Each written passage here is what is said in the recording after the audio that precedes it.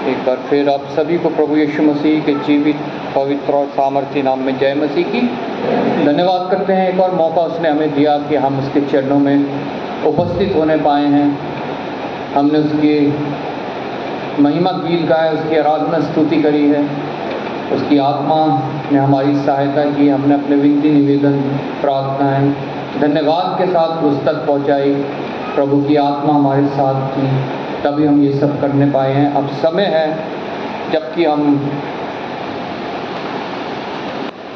वचन को मनन करने वाले हैं, प्रभु की वाणी को हम सुनने वाले हैं वचन के द्वारा। उसमें भी प्रभु की आत्मा हमारी सहायक है, हमारी मददगार है, क्योंकि उसकी आत्मा के बिना हम उसके वचनों को नहीं समझ सकते हैं, नहीं ग्रहण कर सकते हैं। धन्यवाद करता हूँ भाई निर्मल के लिए, जिन्होंने मेरे लिए प्रार्थना करी। सच में जो प्रचार करता है उसको प्रार्थना की बहुत आवश्यकता है, क्योंकि अपने में उसका कोई सामर्थ्य नहीं, कोई बुद्धि नहीं, कोई ज्ञान नहीं। लेकिन जब प्रभु की आत्मा साथ होती है तो निश्चय प्रभु जो बोलता है, जब वो प्रचारक अपना मुंह खोलता है तो प्रभु की वाणी हम सुनते हैं। हालेलुया। आज के वचन के लिए हम पढ़ेंगे यूहन्ना रचित सुसमाचार, उसका 13 अध्याय 33 से 35 तक, पेज नंबर 152। सब लोग कितने बाइबल लाए हैं पहले बाइबल खोल लीजिए।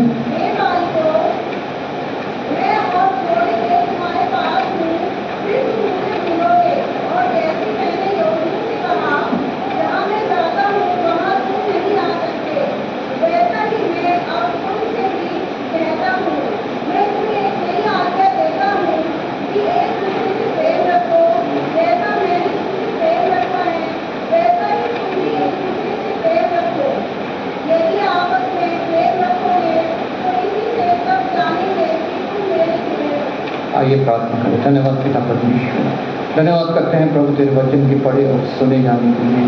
हाँ पिता परमेश्वर, आज वचन के द्वारा जो कुछ बातें तू हमसे करना चाहता है हम पे जाहिर कर प्रभु। विशेष पिता परमेश्वर सभी के हृदय को तेरे हाथ में सौंपता हूँ प्रभु। हृदय की भूमि को तैयार कर प्रभु, ताकि जब वचन का बीज पड़े तो वो नाश न हो, बल्कि बहुत सफल रहे प्रभु। पिता परमेश्वर धन्यवाद करता हूँ एक बार फिर तेरा कि तूने मुझे विश्वास योग्य जाना है और सामर्थ्य है कि मैं प्रभु तेरे वचनों से पिता परमेश्वर तेरे लोगों तक प्रभु तेरी बातें पहुंचा सकूं प्रभु। पिता परमेश्वर मेरे पास कुछ नहीं, चारा तेरा है प्रभु, तेरी ओर से पाके मैं तेरी भीड़ों तक पिता परमेश्वर पहुंचाने वाला एक जरिया हूँ बस। धन्यवाद के साथ पिता परमेश्वर आदर महिमा तुझे देते हुए प्रभु यीशु के नाम से मांगते हैं, आमीन। जब हम यहाँ पढ़ते हैं उसकी हेडिंग लिखा है 31 से जब शुरू होता है नई आज्ञा। हम सब जानते हैं पुराने नियम में निर्गमन की पुस्तक उसके 20 अध्याय में परमेश्वर के द्वारा मूसा को 10 आज्ञाएं दी गई, लेकिन उस एक 10 आज्ञाओं से अलग एक नई आज्ञा मसीही लोगों के लिए प्रभु यीशु मसीह दे के गया है। आज के जो आत्मिक इजराइल है हम लोग, हमारे को एक और नई आज्ञा मिली है प्रभु की ओर से। और जब उसके कॉन्टेक्स्ट में हम देखते हैं तो यहाँ पे जब हम 31 आयत से पढ़ते हैं लिखा है, जब वह बाहर चला गया तो यीशु ने कहा, अब मनुष्य के पुत्र की महिमा हुई है। कौन बाहर चला गया? यहूदा इस्करियोती। जब प्रभु के साथ बैठ के वो भोजन कर रहे थे और प्रभु ने जो है ये जताया कि वो कौन है, तो यहूदा इस्करियोती उठ के बाहर चला गया। उसके बाद प्रभु यीशु मसीह कहता है, अब मनुष्य के पुत्र की महिमा हुई है और परमेश्वर की महिमा उसमें हुई है, क्योंकि प्रभु को पता है कि अब वो समय बहुत नजदीक है जब मेरा इस पृथ्वी पे आने का मकसद पूरा होने वाला है। प्रभु जानता है कि मैं सूली पे लटकाया जाऊंगा और वहाँ मैं अपने प्राण जो है वो अपने पिता के हाथों में सौंप दूंगा और मेरा पिता जो है वो मेरी महिमा करेगा, और जब मेरी महिमा होगी तो मेरे पिता की भी महिमा होगी। Praise Lord. प्रभु यीशु मसीह ये सब जानता है, क्योंकि वो भी उस त्रिएक परमेश्वर का एक भाग है। त्रिएक परमेश्वर, कई लोग कहते हैं, चर्चेस में भी मैंने कई बार सुना है कि ये तीन अलग अलग हैं,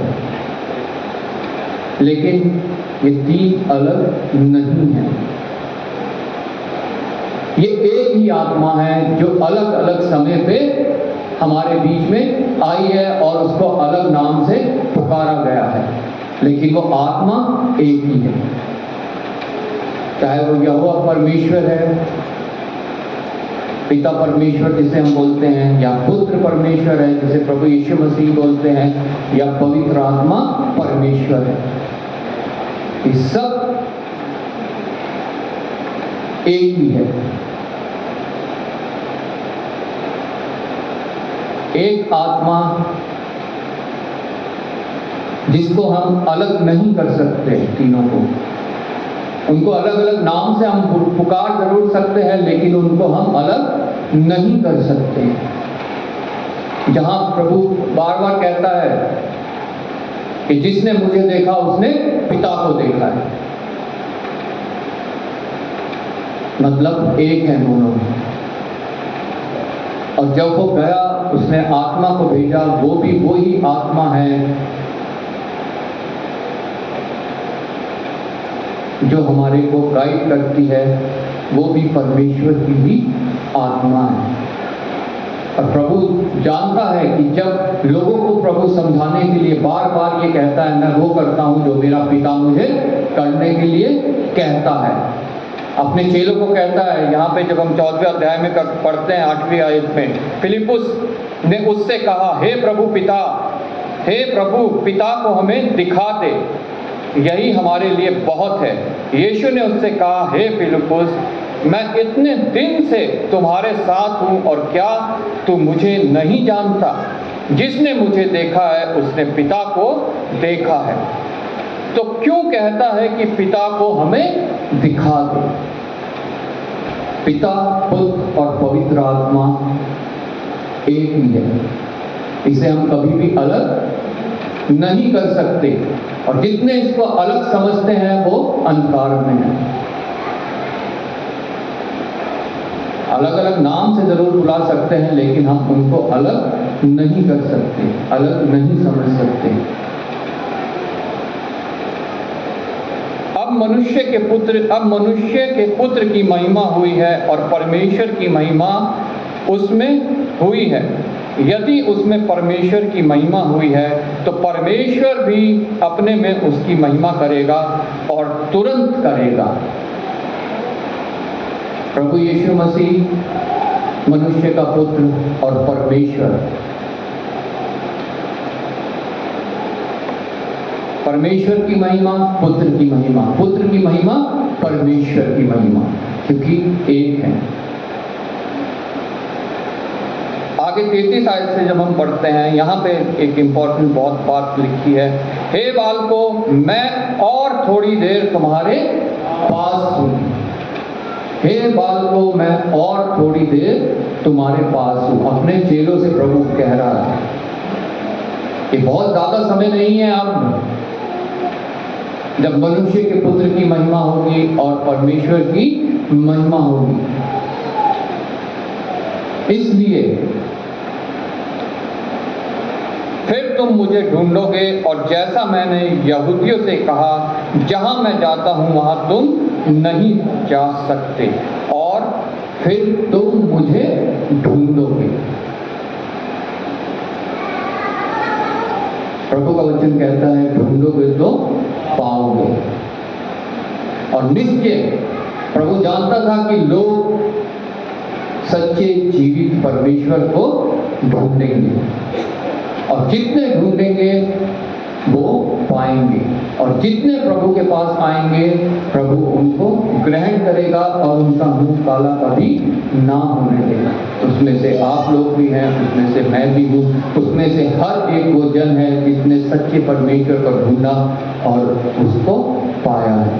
हालेलुया। पर प्रभु यहाँ पे अपने चेलों से एक वेदना भरी बात कहता है कि जैसा मैंने यहूदियों को कहा, मैं जहां जाता हूं वहां तुम नहीं आ सकते। मैं जहां जाता हूं वहां तुम नहीं आ सकते। क्योंकि यहूदियों को इसलिए कहा था क्योंकि वो पापी थे, वो प्रभु को ग्रहण नहीं कर रहे थे। उन्होंने प्रभु का इनकार किया। लेकिन चेले तो उसी के साथ थे, लेकिन तब भी वो उनको कहता है कि मैं जहां जाता हूं वहां तुम नहीं आ सकते। जबकि हम यूहन्ना रचित सुसमाचार उसके 14 अध्याय में ही पढ़ते हैं, दूसरी आयत से, मेरे पिता के घर में बहुत से रहने के स्थान हैं, यदि ना होते तो मैं तुमसे कह देता, क्योंकि मैं तुम्हारे लिए जगह तैयार करने जाता हूँ। और यदि मैं जाकर तुम्हारे लिए जगह तैयार करूँ तो फिर आकर तुम्हें अपने यहाँ ले जाऊँगा, कि जहाँ मैं रहूँ वहाँ तुम भी रहो। प्रभु अपने चेलों से यहाँ वादा भी कर रहा है कि जहाँ मैं रहूँ वहाँ तुम भी रहो। लेकिन यहाँ पे प्रभु यीशु मसीह अपने चेलों से कह रहा है कि जहाँ मैं जाता हूँ वहाँ तुम नहीं आ सकते। क्यों कहता है प्रभु यहाँ पे? जब हम आगे बढ़ते हैं तो हमें समझ आएगा कि प्रभु ने उनको ऐसा क्यों कहा। क्योंकि अभी भी उनमें एक कमी है, अभी भी जो है वो इस योग्य नहीं बने हैं कि वो जहाँ प्रभु जाता है वहाँ पे जाने पाएं।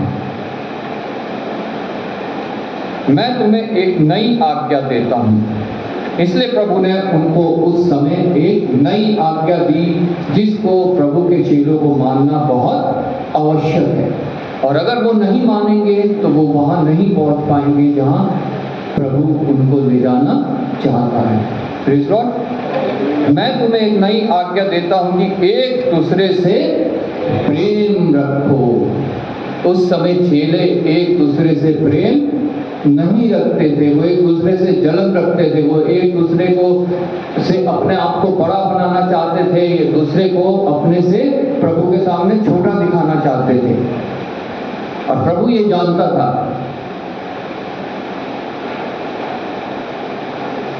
प्रभु ये जानता था कि इनके बीच में जो है वो एक दूसरे से प्रेम नहीं है। लेकिन जो मसीही जीवन है वो एक प्रेम भरा जीवन है। ये जो बाइबल है, जिसको हम एक पवित्र ग्रंथ कहते हैं, ये एक दुनिया की सबसे बड़ी प्रेम गाथा है, लव स्टोरी है। और जब वो ही प्रेम हमारे अंदर नहीं है तो प्रभु हमें कैसे ग्रहण करेगा? हम चर्च आते हैं, हम वचन पढ़ते हैं, वचन सुनते हैं, प्रभु की आराधना करते हैं, स्तुति करते हैं, महिमा करते हैं, हमारे बीच में आश्चर्य कर्म भी होते हैं। वो सब प्रभु की आत्मा के द्वारा होता है। लेकिन जो मनुष्य की आत्मा है वो आपस में एक दूसरे से द्वेष रखती है, वो आपस में एक दूसरे से नफरत रखती है, वो आपस में एक दूसरे से अपने आप को बड़ा दिखाना चाहती है और दूसरे को अपने से छोटा दिखाना चाहती है। ऐसा ही उन चेलों के बीच में भी था। लेकिन पर प्रभु यीशु मसीह ने उनको एक नई आज्ञा दी कि तुम आपस में एक दूसरे से प्रेम रखो। हम जब पहला यूहन्ना उसका 3 अध्याय उसकी 16 आयत पढ़ते हैं, वहाँ पे लिखा है हमें किस प्रकार से प्रेम रखना है। किसी को मिल जाए तो पढ़ दे, पहला यूहन्ना 3 अध्याय उसकी 16 आयत। हमने प्रेम इसी से जाना कि उसने हमारे लिए अपने प्राण दे दिए, और हमें भी भाइयों के लिए प्राण देना चाहिए। प्रेम ऐसा होना चाहिए। हमने प्रेम कैसे जाना?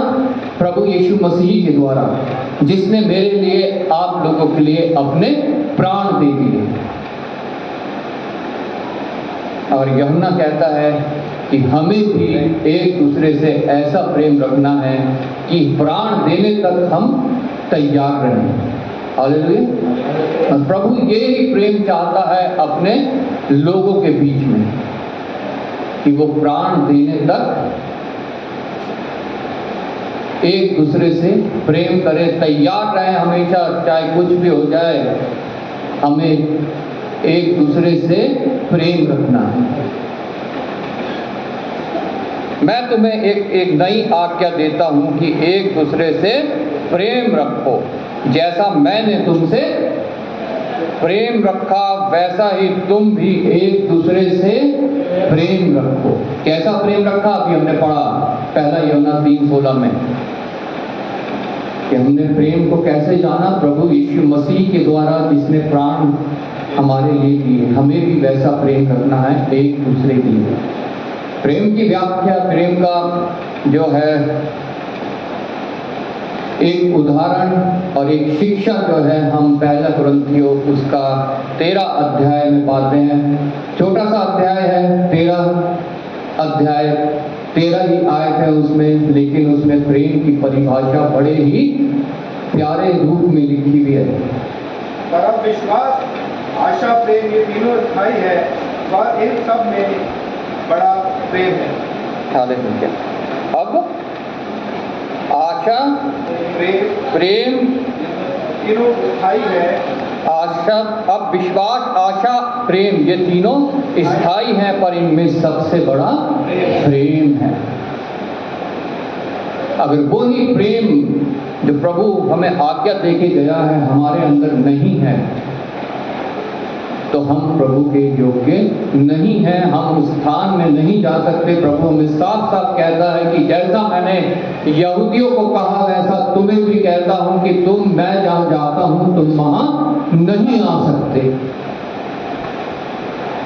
आज हो सकता है वो मेरे लिए बोला क्या हो सकता है आप में से किसी के लिए बोला क्या हो, जो प्रेम की परिभाषा नहीं समझता है। जब हम 13 को पहली आयत से पढ़ते हैं, यहाँ लिखा है, यदि मैं मनुष्य और स्वर्गदूतों की बोली बोलूं, जितने कई लोग बोलते हैं चर्चिज में अन्य भाषा, इसको बोलते हैं कि हम अन्य भाषा में बोल रहे हैं बहुत,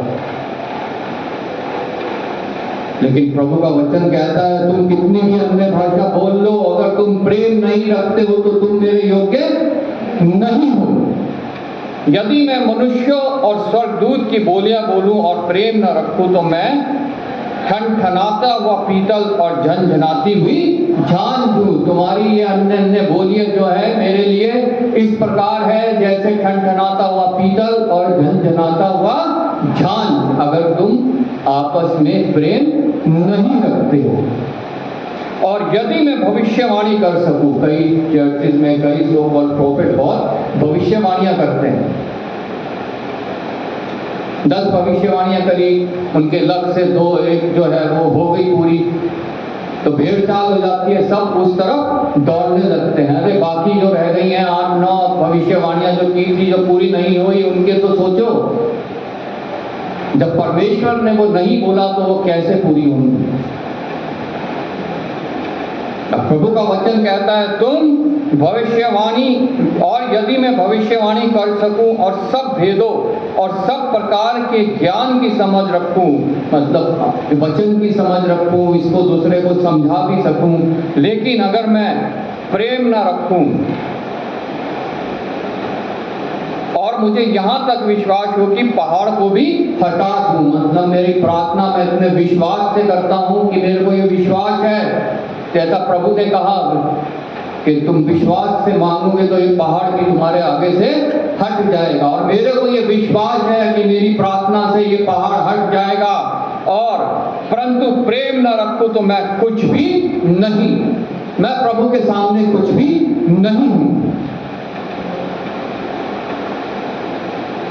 बहुत लोग प्रार्थनाएं करते हैं, विश्वास से प्रार्थनाएं करते हैं, और उनके लिए वो होता भी है, लेकिन उन्हें अपने आप को जांचने की जरूरत है, क्या वो प्रेम रखते हैं जैसा प्रभु ने प्रेम रखा। अगर नहीं रखते तो वो प्रभु के आगे कुछ भी नहीं है। प्रभु उनसे कहता है तुम वहां नहीं आ सकते जहां मैं जाता हूं।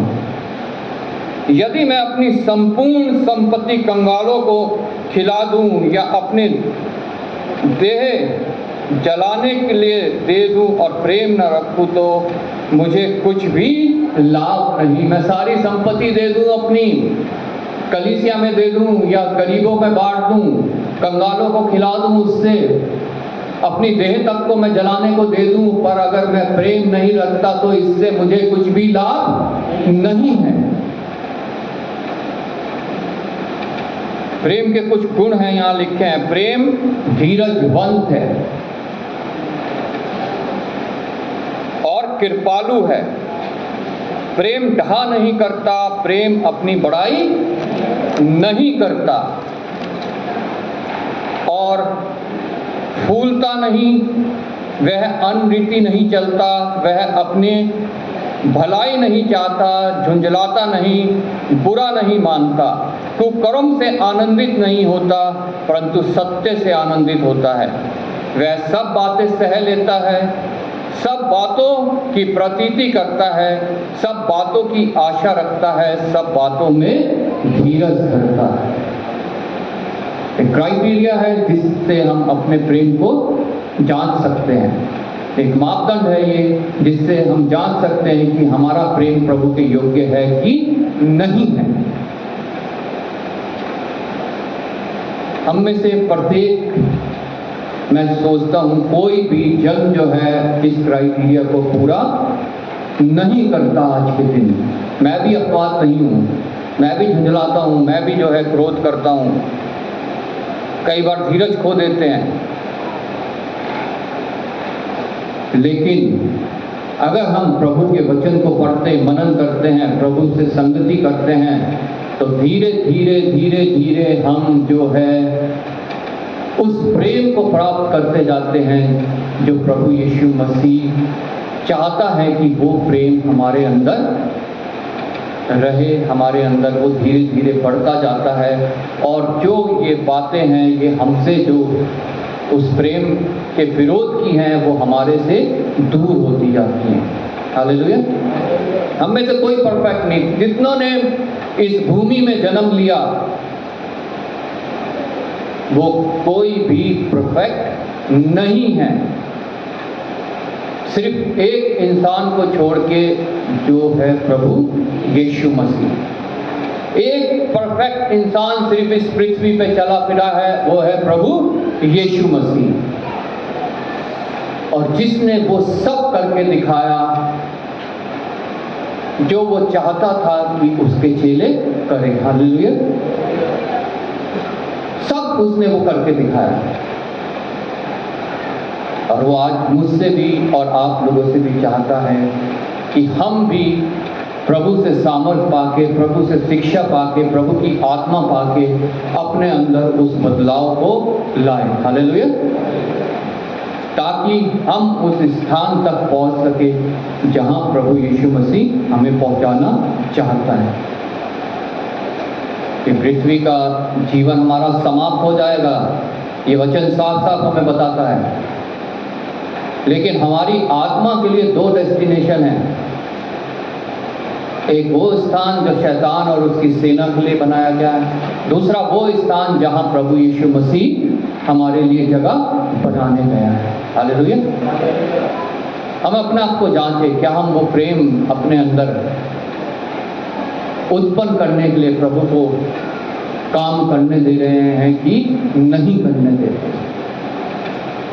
अगर नहीं करने दे रहे हैं तो आज सांझ हमारे पास मौका है कि हम प्रभु से सामर्थ मांगे कि प्रभु मेरे अंदर इस प्रेम को उत्पन्न कर जिसका जिक्र तेरे पवित्र वचन में पाया जाता है।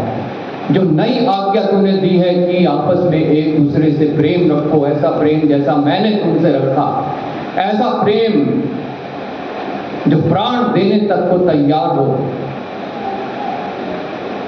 वो प्रेम मेरे अंदर उत्पन्न करने में मेरा सहायक हो, मेरा मददगार हो, क्योंकि मैं अपने से वो नहीं कर सकता।